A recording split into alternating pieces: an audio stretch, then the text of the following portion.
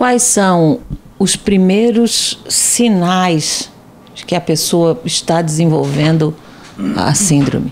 Então, essa é uma pergunta interessante. Até uns anos atrás, era considerado exclusivamente os sintomas motores da doença.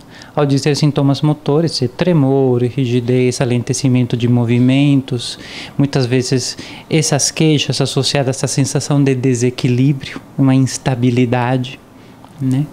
Mas hoje também sabemos que a doença de Parkinson é uma condição que eventualmente se manifesta com sintomas não motores. Alguns distúrbios de sono, principalmente da fase REM, são classicamente associados à doença de Parkinson.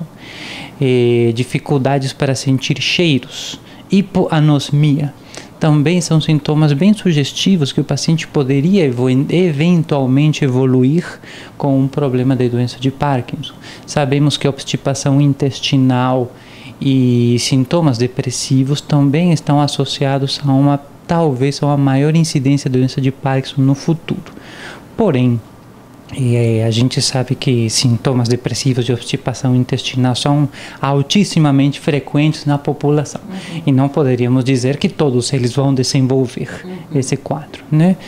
Então, certamente, no consultório, alguém começa a apresentar algum tremor e algum vizinho fala, tem doença de Parkinson, viu? Então as pessoas chegam desesperadas no consultório por um tremor. Sendo que a gente sabe que tem até 40% dos casos podem ser parkinsonianos e não apresentar tremor.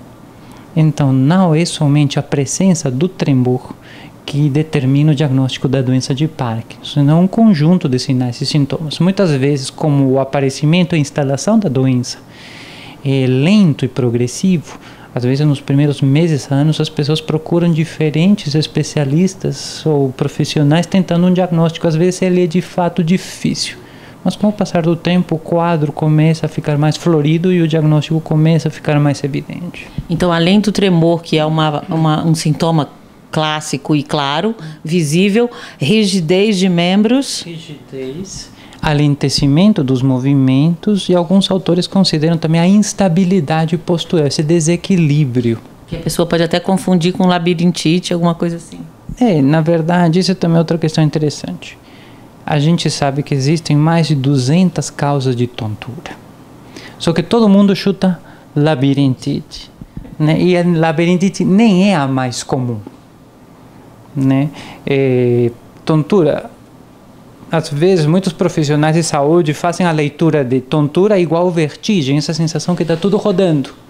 Mas para as pessoas, tontura é um mal-estar inespecífico, embaçamento visual, desequilíbrio. Então, é uma queixa extremamente vaga. É interessante trabalhá-la mais e, às vezes, as pessoas vão num pronto-socorro e falam, estou com tontura, e sai com um antivertiginoso, sendo que ela tinha um embaçamento visual, né, ou uma sensação de desmaio, ou só um mal-estar inespecífico que ela definiu como tontura.